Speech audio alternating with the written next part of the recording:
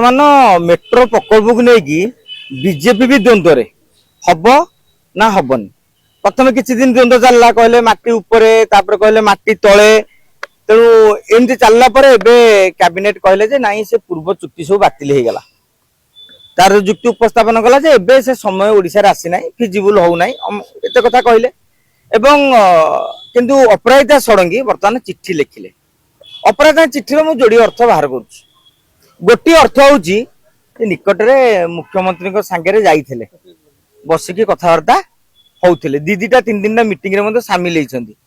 कान रे कथा होई परथांते भलो होइतांता। चिट्ठी लिखिया द्वारा से गोटे वार्ता देले जे मु मेट्रो चाहूची किंतु हम सरकार चाहू ना जहा फल कौन हम जे सी काली मेट्रो प्रकल्प को लेकिन गोटे लोक भर असंतोष प्रकाश पाई सब जिन लाभ हुए जोटा कि आम पूर्व कहते अपराजिता चिठी से लिखिं जे सब जिन लाभ क्षेत्र विचार कराएनि